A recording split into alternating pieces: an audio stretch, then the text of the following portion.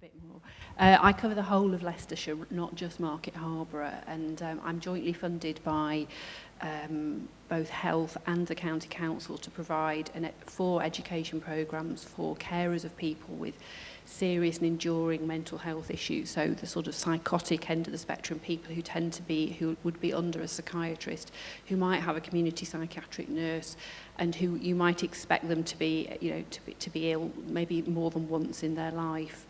And so we tend to take, it's quite informal, because people, when they're living with somebody in this situation, they can be in very, very difficult situations themselves and circumstances.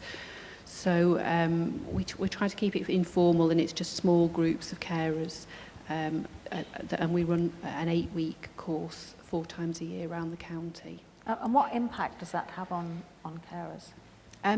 Really enormous. We've had some really powerful experiences and lots of really positive feedback.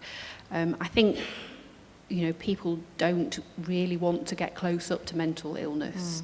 It's there's so much stigma, there's so much discrimination, and we like to think of it as being something that exists over there and actually exists in all of us. And so there's a huge learning curve for many of the carers when they come on the course, to actually understand our current and modern understandings of what mental illness actually is. And so people learn a lot about themselves, as well as learning how to support the person that they care for. They also get to talk to other people. I mean, one of the key things they say when they come on the course is, I never speak about this, it's just too shaming, it's too embarrassing, I'm frightened of how people will react. So they get to meet other people, and they get to be able to share things with people who are going through something similar, and maybe build up a bit of a support network.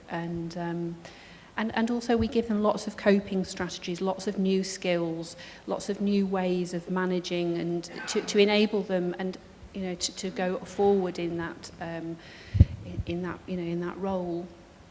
I mean, you could sort of see just this week it was in all the papers, wasn't it, about the Halloween costumes and the featuring sort of people suffering from mental health issues, and this was, and I mean, and that kind of epitomises a lot of the problem is that and the discomfort that people have, which is either can't talk about it at all, or we just turn it into a major joke and talk about he or she is mental, and that this is acceptable. It's quite interesting. Yes, and there's a huge amount of misunderstanding about and fear around mental illness. So it tends not to get talked about, but there's lots of very, very interesting research and lots of new developments which we're able to pass on. So we act, can act as a bit of a conduit between maybe some of the mental health services and the carers, because they tend to get left out and they don't always understand what's actually happening.